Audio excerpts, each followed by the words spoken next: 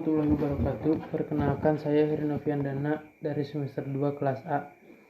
Akan mereview pertemuan ke-9 mata kuliah Hukum Pidana pada tanggal 22 Maret 2021 dengan dosen pengampu Ibu Prof. Dr. Hajah Yani Ronaini, SHMH, dan asisten dosen Bapak Rendi, SHMH, dengan materi bab 5, sifat melawan hukum. 1. Merupakan unsur objektif dari TP karena merupakan penilaian terhadap perbuatan dan bukan pada pelaku. 2. Suatu perbuatan dikatakan melawan hukum apabila perbuatan tersebut masuk dalam rumusan delik sebagaimana dirumuskan dalam UU. 3. Perbuatan yang memenuhi rumusan dalam UU tersebut tidak selalu bersifat melawan hukum, sebab mungkin ada hal yang dapat menghilangkan sifat melawan hukum perbuatan tersebut. Sifat melawan hukum terdiri dari melawan hukum formil dan melawan hukum material. 1. Melawan hukum formil.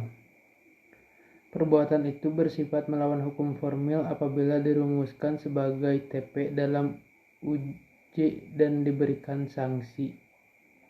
2. Sifat melawan hukum dapat hapus apabila diatur berdasarkan UU.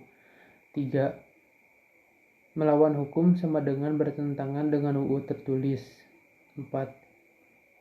Melawan hukum material. Bukan hanya berdasarkan UU tertulis saja tetapi juga berdasarkan asas-asas hukum yang tidak tertulis atau living law. Sifat melawan hukum dapat hapus berdasarkan UU dan aturan atau hukum yang tidak tertulis. Jadi, melawan hukum sama dengan bertentangan dengan UU atau hukum tertulis dan hukum tidak tertulis atau kebiasaan. Sifat melawan hukum material dibagi menjadi 1. Dalam fungsi negatif, mengakui kemungkinan adanya hal-hal yang ada di luar UU untuk menghapuskan sifat melawan hukumnya perbuatan yang memenuhi rumusan UU.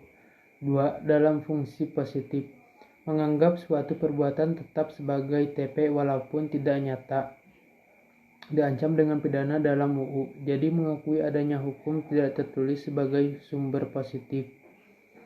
3. Sistem hukum pidana di Indonesia menganut ajaran melawan hukum material dalam fungsi yang negatif. Sekian review pertemuan ke-9 mata kuliah Hukum Pidana dari saya. Wassalamualaikum warahmatullahi wabarakatuh.